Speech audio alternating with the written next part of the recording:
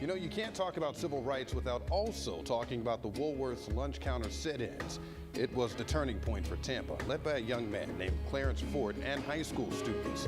Courtney Robinson took Clarence, as well as one of those students, back inside the historic Woolworths for the first time in decades. It's been, oh my God. Yeah. Clarence Fort and Arthenia Joyner stepped back inside and took us back in time to February 29th, 1960, the day they marched through Tampa into the FW Woolworth store and sat down at the lunch counter, right about where they're sitting today, with the tile backdrop still in place, where 63 years ago, only white people could sit and be served. We knew that we couldn't, but we decided that we would. Arthenia was just 16, a student at Middleton High School. Clarence was 20, the president of the NAACP Youth Council. Once we got in here, I took the first seat, and the rest of them filling in around me. Most of them didn't even have money. We couldn't afford the sandwiches, they sold it to us, but they didn't know that. But it was amazing that first day.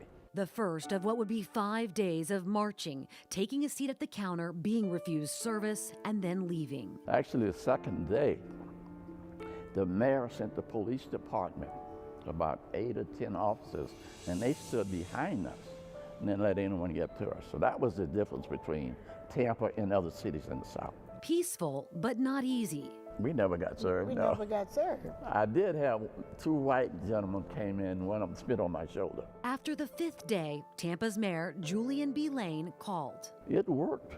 It worked in Tampa.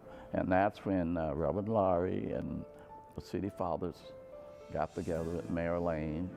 They formed the biracial committee, and they sit down and worked it out. The lunch counters were integrated that September. Was that the turning point for Tampa? I think so. It got it started because we went from here. I think the next move was integrating the buses. Clarence became the first black bus driver for Trailways bus line in Florida. I'm not going to stop fighting for change. Arthenia was jailed in 1963 for protesting segregated theaters. She later became a state senator. A historical marker outside the old Woolworths shares their story for those who will continue the fight for equality. But you still have to challenge the status quo. Change does not occur if you become stagnant. You know, the owner of the building says she has plans to honor its historic significance in the fight for civil rights. You can also visit the Woolworth sit-in marker on the corner of Polk and Franklin Streets in downtown Tampa.